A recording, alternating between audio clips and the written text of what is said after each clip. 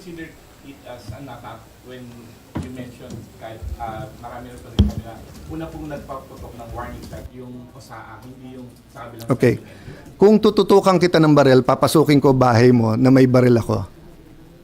Nag-warning shot ka, pinutukan kita pabalik. Is it not an attack?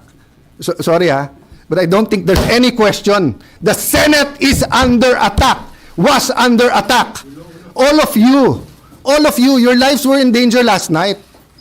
So, I know it's your job to ask a question, but you will tell me, pagka may nagpaputok na warning, hindi under attack yon? My God. We're a democracy. This is the Senate of the Philippines. Please naman. Di ba? Yeah. What do you think happens when there's no democracy? Who's the first casualty? The media. Wala nang media kapag wala.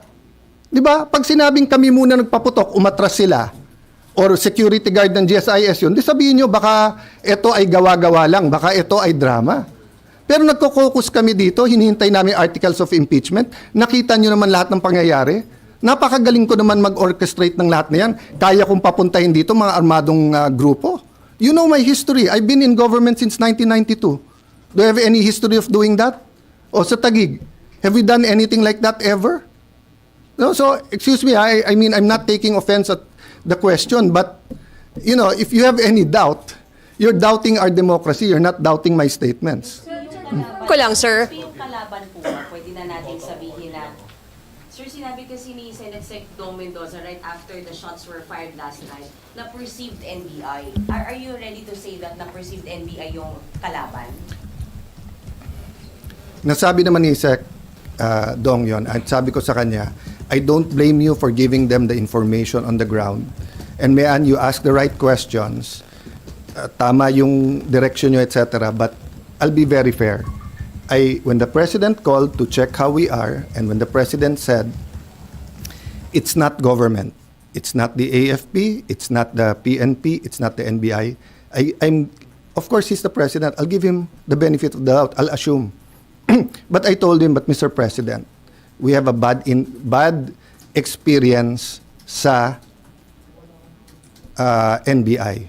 They haven't been truthful with us. Having said that, Sec John Vic assured me, walang whitewash to.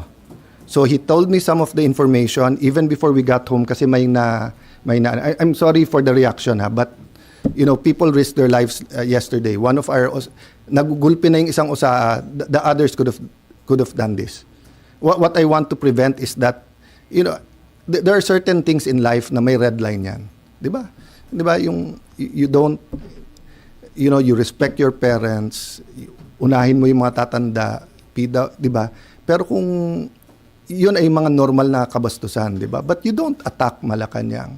You can march, you can protest. You don't burn down the Supreme Court, and you don't attack the Senate in an armed manner. Di ba? It was 100% an attack. If it turns out sa investigation na sira ulo lang yon, na he lost his mind, then a question ko, how did he get the IDs? How did he get in? How did he get? If it was government, then I'm sure the President will act upon it. Di ba? So I don't know right now, and I don't want to give details, but but yung binasa ko sa iyo, galing na kay Sec John Vic yun. So, at sinabi niya, NBI yun. Sir, Oh.